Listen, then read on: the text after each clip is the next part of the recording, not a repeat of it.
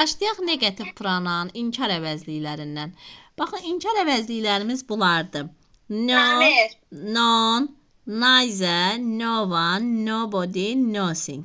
Bunlar bizim inkar əvəzliklərimizdir və bir sadə cümlədə iki inkar əvəzliyi olmadığı üçün bu inkar əvəzlikləri həmişə təsdiq cümlələrində işlənir. Çünki bir cümləmizdə bir digər inkar varsa, artıq biz bu əvəzlikləri həmin cümlədə işlədə bilmərik. Çünki bir sadə cümlədə iki inkar işlənə bilməz. Birinci danışaq no inkar əvəzliyimizdən. Heç bir deməkdir. Müəllimlər, sadəcə düsturu yadınızda saxlasaz, çox rahatlıqla testdə yaza biləcəksiniz. No inkar əvəzliyindən sonra nə article, nə some, nə any, nə də of işlənmir. No inkar əvəzliyindən sonra birbaşa isim gəlir. Yəni, isim istənilən isim ola bilər. Baxın, sayıla bilən də ola bilər, sayıla bilməyən də ola bilər, tək də ola bilər, cəm də ola bilər. Yəni, no düz yanında isim. Da, isimsiz işlənə bilməz. Baxın, no books, no time. Yəni, no'dan sonra istənilən isim gələ bilər. Amma no'dan sonra article gələ bilməz. Bax, bunu bu formada, harda boşluqdan sonra article gördüsə və yaxud da some, any, z article gördüsə, avtomatik no'nu çıxırıq oradan. Çünki no orada işlənə bilməz. Aydındır. Gəlir indi, baxın, no'ya bərabərdir not. Bax, ən çox işlənənlər. No'ya bərabərdir not. No'dan fərqli olaraq, müəllimlər, not isimlə birbaşa işlənə bilmir. Yəni, əgər ki, no'dan sonra birbaşa isim gələr, amma notdan sonra birbaşa isim gələ bilməz.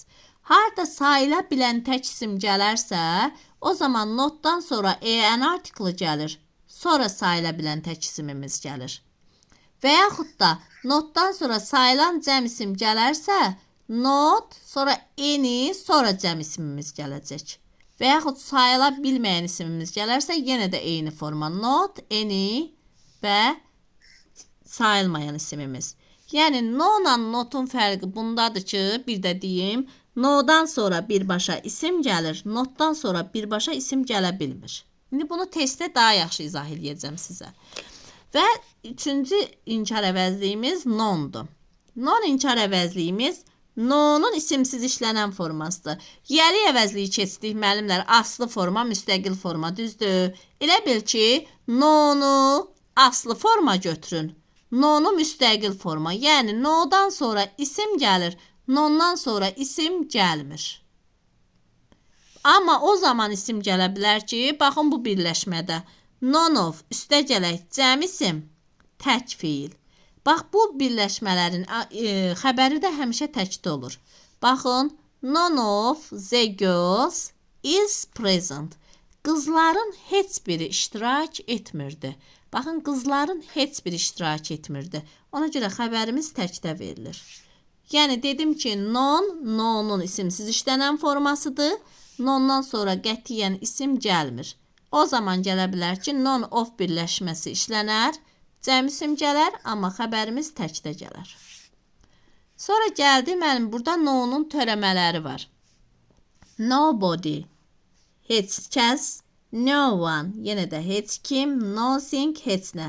Söz bax, müəllimlər, törəmələrlə bağlı 3 dənə cümləni yadınızda saxlayın. Törəmələrdən sonra isim işlənməz, heç vaxt. Törəmələrdən sonra of da işlənməz. Və törəmələrin xəbəri həmişə təkdə olur. Yəni, are yox, is olur. Were yox, was olur. Yəni, törəmələrin xəbəri həmişə təkdə olur. Törəmələrlə də bağlı bu 3 ifadəni... İndi mənim bunu testdə sizə göstərəcəm, necə seçəcəksiniz. Bir dənəsini sizə izah eləyəcəm. Bu 2 qayda çox rahatdır, düsturdur. Yəni, birinci dəfəki kimi olmayacaq. Sonra gəldi növbəti inkar əvəzliyimiz neither. Neither'dən sonra yalnız sayıla bilən tək isim gələ bilər.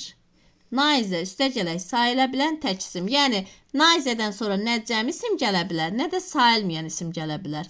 Yalnız neither'dən sonra sayıla bilən tək isim, birbaşa sayıla bilən tək isim gələ bilər. Amma yenə də neither of birləşməsi ilə işlənərsə, nondakı kimi neither of, üstə gələk, cəm isim, tək fiil. Yəni, İndi deyəcəksiniz ki, müəllim, none of da üstəgələk cəm isim tək fiil, neither of da üstəgələk cəm isim tək fiil. Fərqi nədədir? Fərqi ondadır ki, əgər söhbət iki şəxs və ya əşyadan gedərsə, biz orada neither of-dan istifadə edəcəyik.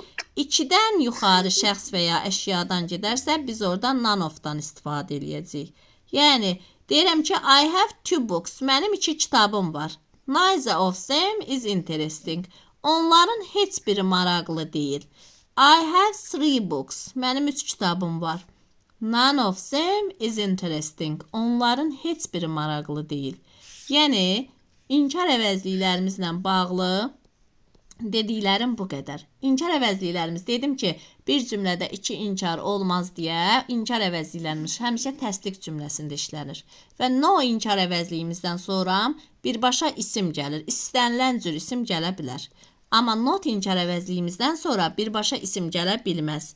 Ya isimimiz sayıla bilən təkdədirsə, en artiklı, sonra isimimiz gələcək. İsimimiz cəmdə və yaxud sayıla bilməyəndirsə, notdan sonra eni gələcək, sonra isimimiz gələcək. Sonra dedim none inkar əvəzliyi. No'nun isimsiz işlənən formasıdır. Özündən sonra heç bir halda isim gəlmir. Yəni müstəqil formadır, isimsiz işlənir. Amma none of birləşməsi ilə birləşərsə, none of üstəgələk cəm isim tək fiil. Və no'nun törəmələridir. No one, nobody, nothing. Dedik ki, törəmələrin xəbəri həmişə təkdə olur. Törəmələrdən sonra isim gəlmir, törəmələrdən sonra of işlənmir. Növbəti inkar əvəzliyimiz oldu. Neither. Neither'dən sonra yalnız sayıla bilən tək isim gəlir. Baxın, nə cəm isim gələ bilər, nə də sayılmayan isim gələ bilər. Neither book. Kitabların heç biri.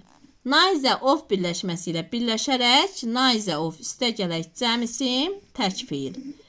Neither of-la none of-un fərqi ondadır ki, söhbət 2 şəxs və ya əşyadan gedərsə, biz orada neither of-u 3 və daha artıq şəxs və əşyadan gedərsə, biz orada none of-dan istifadə edirik.